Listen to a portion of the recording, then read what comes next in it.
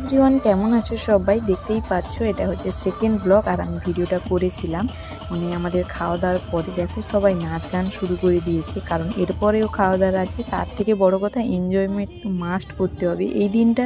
সিস্টারদের সঙ্গে সমস্ত স্টুডেন্টরা মানে মন খুলে নাচ বলে, যেখানে দেখতেই পাচ্ছ এদের নাচ দেখেই বুঝতেও পেরেছো।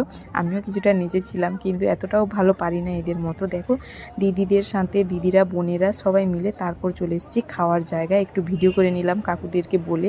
দেখতেই পাচ্ছ কি কি হয়েছে, খারাপ হয়নি, খাওয়ার মোটামুটি ভালো হয়েছে দেখতেই পাচ্ছ।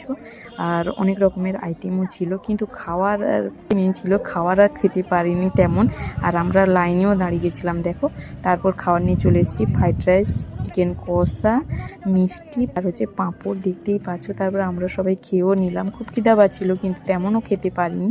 আর এদি দেখো তারপর খেয়ে দিয়ে এসে আবার নাচ শুরু হয়ে গেছে। সিস্টাররা বলছে চলো, অনেকটাই দেরি হয়ে গেছে। তারপরে হাতে চায়ের কাপ নিয়ে এবং সাথে কমলা লেবু সবার নিয়ে চলে এলাম, কারণ অনেকটাই মানে দরকার হয়ে এসেছিলো। দেখতেই পারছো চারদিকের পরিবেশ।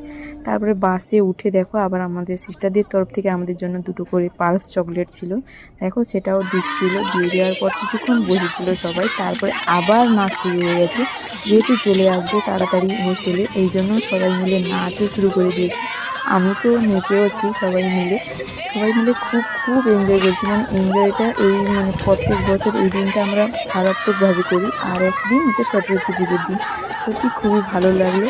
আর তোমাদের কেমন লাগছে জানিও। ভালো লাগলে লাইক কমেন্ট শেয়ার এবং সাবস্ক্রাইব করবে প্লিজ প্লিজ, পাশে থাকবে। আর চলো তোমরা নাচটা দেখতে থাকো, দেখতে দেখতে কেমন লাগছে জানিও কমেন্টে কিন্তু। চলো